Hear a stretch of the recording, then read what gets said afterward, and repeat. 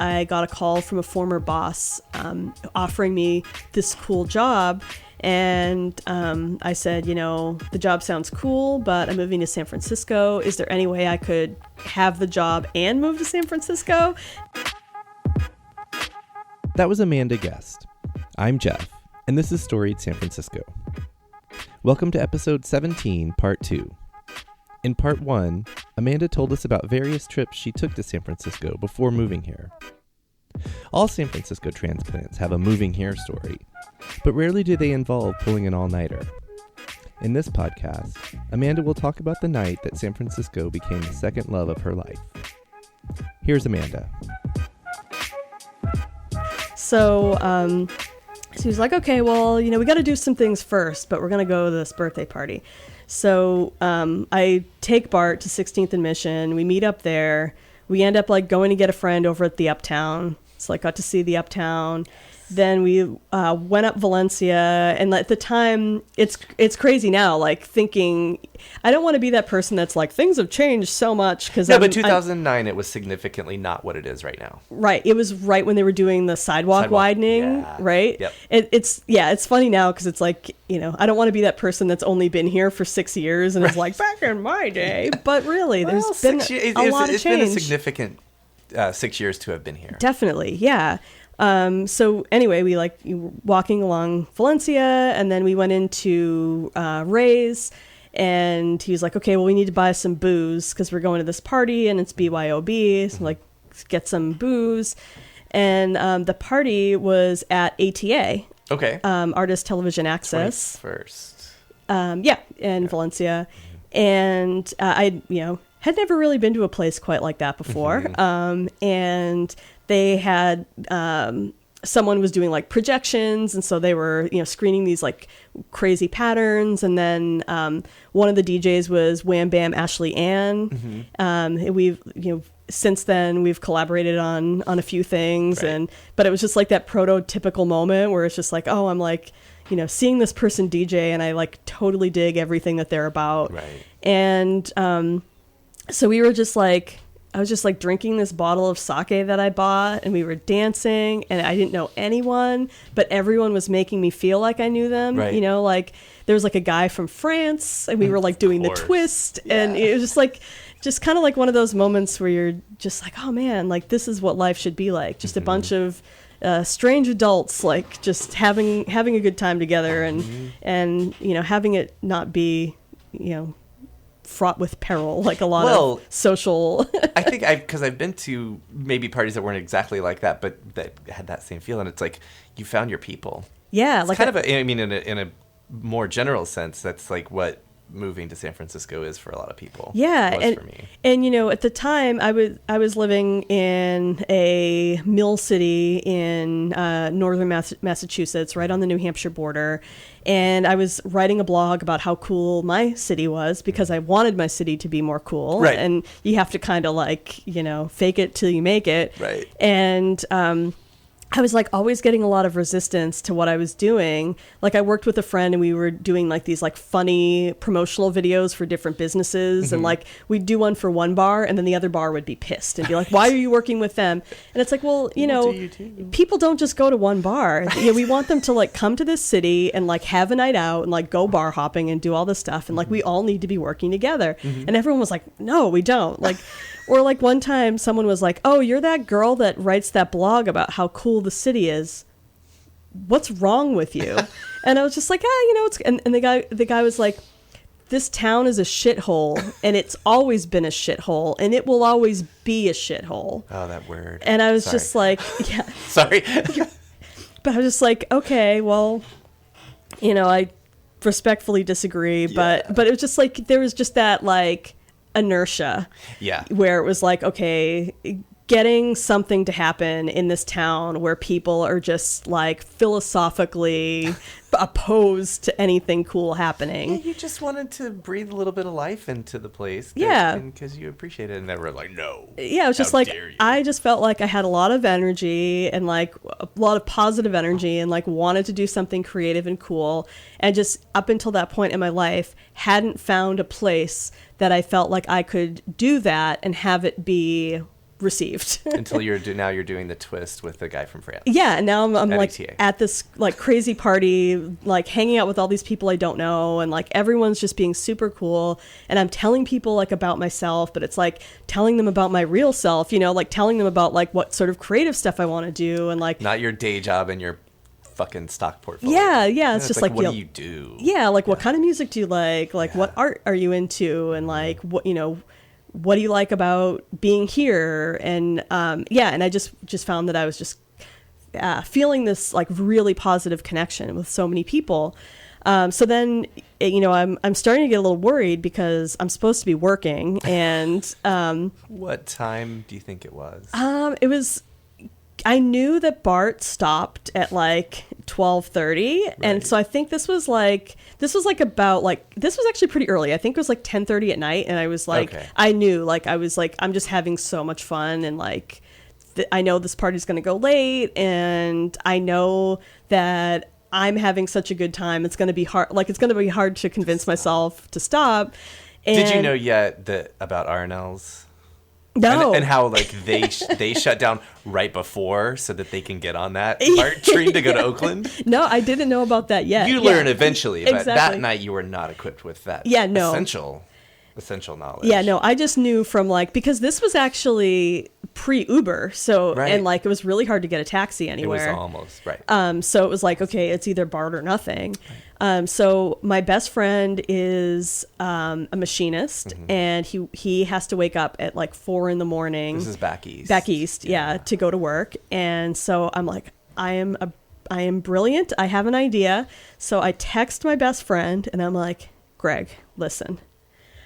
I'm at a party, I'm having the most amazing time, and I know I'm not going to want to go home, and I need to go home by 1 a.m. So when you get this message, when you wake up, text me and just say, go home. And I'm like, perfect. Like, there's your alarm. Foolproof plan. Yeah. And then I'm like, now I'm just going to go back to having a good time. Mm-hmm. So like 1 a.m. rolls around, and the party's like starting to thin out. Mm-hmm. And I'm like, oh shit. He never texted me. Later, he was like, I didn't think you were serious. He's just like, because it was like a Wednesday night too. That's a little bit of a cryptic text. I maybe, by virtue of hindsight, I would have gone along with it. Yeah. Just for the record. Yeah, just for the adventure of but it. But it is a little bit cryptic to wake up to that. Yeah, like he was just like, I had no idea what you were talking about. He's like, but it was like a Wednesday. Mm-hmm. I forget what day of the week it was. But anyway, he was just like, I thought you were being crazy. But anyway, so, all of a sudden it's like, super late, and BART isn't running. Still at the party? Still at the party. So it's around 1 o'clock. Yeah, it's around 1 o'clock. Still at the party. BART is done. And BART is done, and the party starts winding down, and then Allan is like, okay, well, let's go. We leave the party, and we just start like walking along Valencia, and it's like, people are kind of spilling out of the bars and like getting ready to go home. So there's like that kind of cool energy. Mm-hmm. And we like, Allan is like the mayor of the mission. Mm-hmm. Everywhere you go, like we'd walk like 10 feet and we'd run into someone that he knew. And so we kept, we're like running into people and having cool conversations. And it was, that was kind of the moment that I also learned that San Francisco is like such a transient mm-hmm. city, because everyone that we met was from somewhere else, right.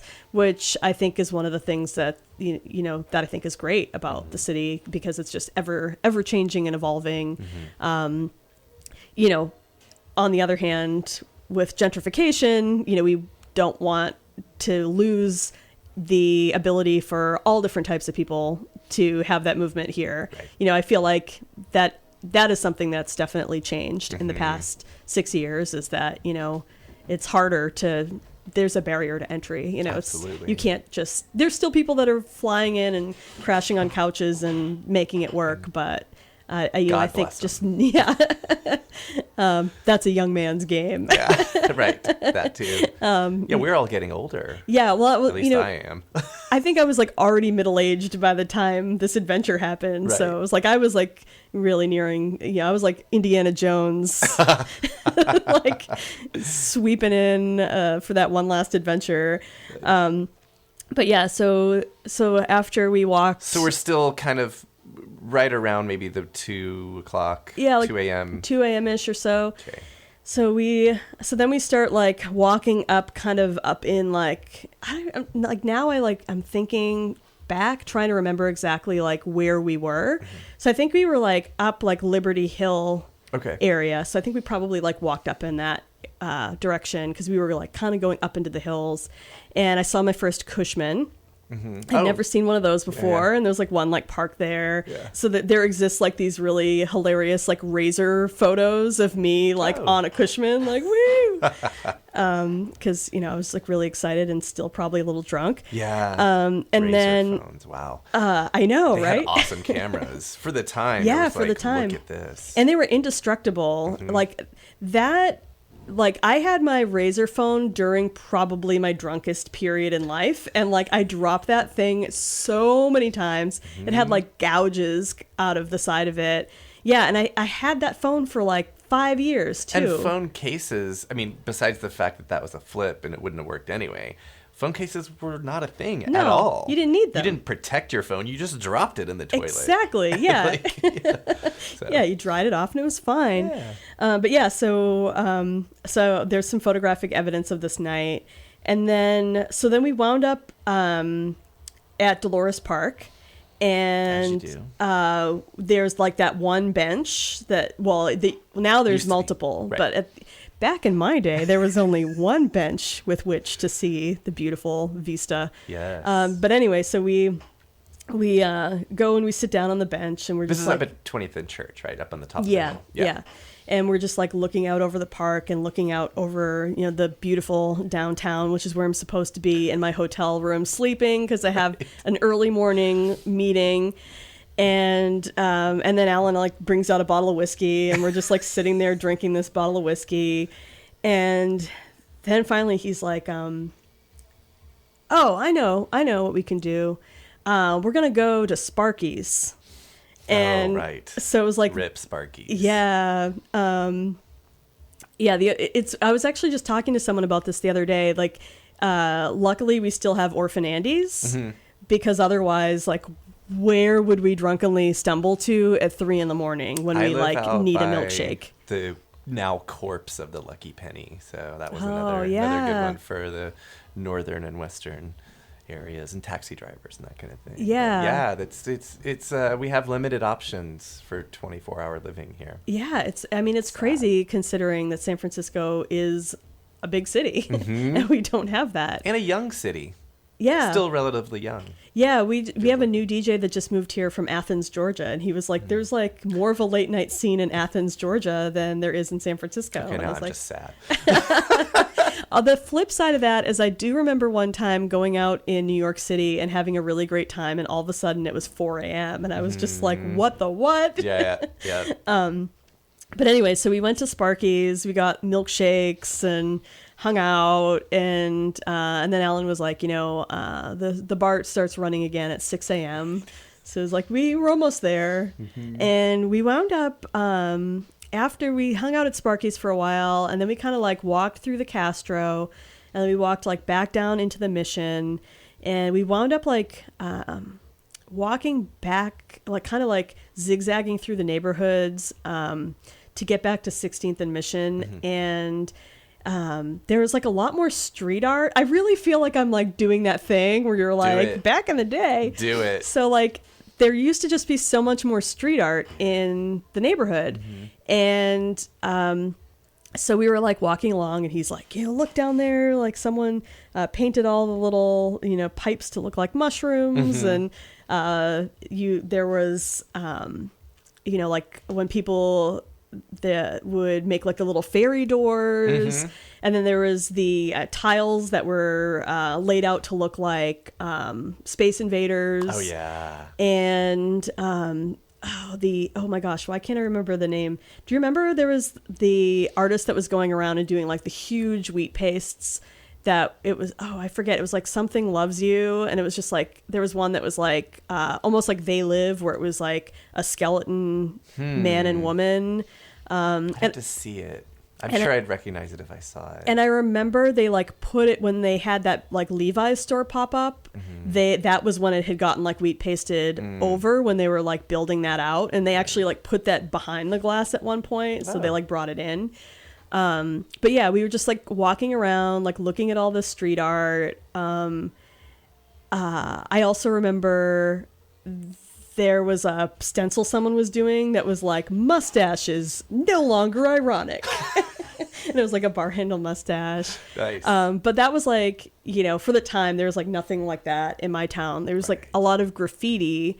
And actually, because of that experience, when I went home, I started trying to like document more of the graffiti that was happening and started to realize that there were like several people that were like doing most of the graffiti. Right. And then I found myself like one of the few people that knew who some of the graffiti artists were, and they were like all like just kids, but they figured out that I like wasn't an arc, and they would like message me on MySpace and say like, if you go to the river and like look like, you know, this many paces under the bridge, yeah, and they would like tip me off when they like did stuff that they were proud of, and I would blog about it. The Salem Tagger Committee community, maybe committee, yeah. That's awesome. But yeah, but it was like kind of all just from the inspiration of like coming here and like having this one crazy night. And then, so we finally like stumbled to Bart. It's like 6 a.m. Bart like just opens. I get downtown, get back to my hotel. By the time I get to my hotel, it's like, I think it's like 7, and I have a breakfast with an author at 8. Oh my God. And I remember I like got back to my room and I like brushed my teeth and I laid in bed and I set my alarm for 15 minutes. Because I was like, all right, because I have more of a timer than an alarm. Yeah, right? It's like, all right, this is how much time I have. Yeah. So I took like a 15-minute power nap. The alarm goes off. I jump up. I get into the shower, and I'm just like laughing at myself because I'm like, I am entirely too old to be like in this. Because at this point, I was like 35 maybe. You must have had some adrenaline going though. Yeah, like I was just the inspiration of being here. And it was all the newness. There was just all this energy flowing through the whole night, and it was really like, it really felt like I was just having this whirlwind romance with San Francisco. Yeah. And it powered me through. I took a shower, got dressed, go down to the lobby of the hotel where I have this breakfast, and I remember like my face was just hot from like lack of sleep and like being up and drinking and like all this stuff. And I was just like, I really hope I'm holding it together. The meeting went great, and the rest of the day goes fine. It was like the day that we were like breaking down the booth, and then we had a dinner with an author that night. And after the author left and I was there with my coworkers, I was like, you guys, I have to tell you, I never went home last night. I was like, I've been up. I have not slept in over 24 hours. Like, I had this crazy night where I like went to the Mission and I went to a dance party and like sat in the park and had a milkshake at 3 a.m. and like wandered the barren city late at night, like looking at street art, and just had this incredible experience. And I was like, and now that I've survived, I'm confessing this to you. And they were just like they were like, okay, like you're crazy. Right. Like, like good for you for making it through the day. But they were just like, yeah, you're nuts.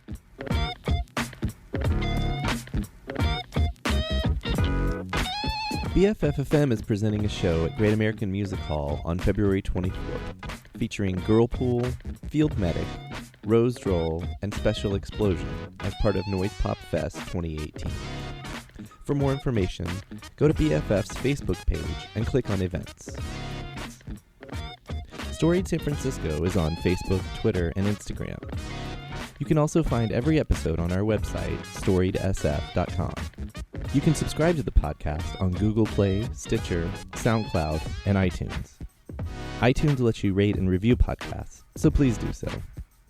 Our email is storiedsf@gmail.com. Music for the podcast is by Otis McDonald, a.k.a. Joe Bigale.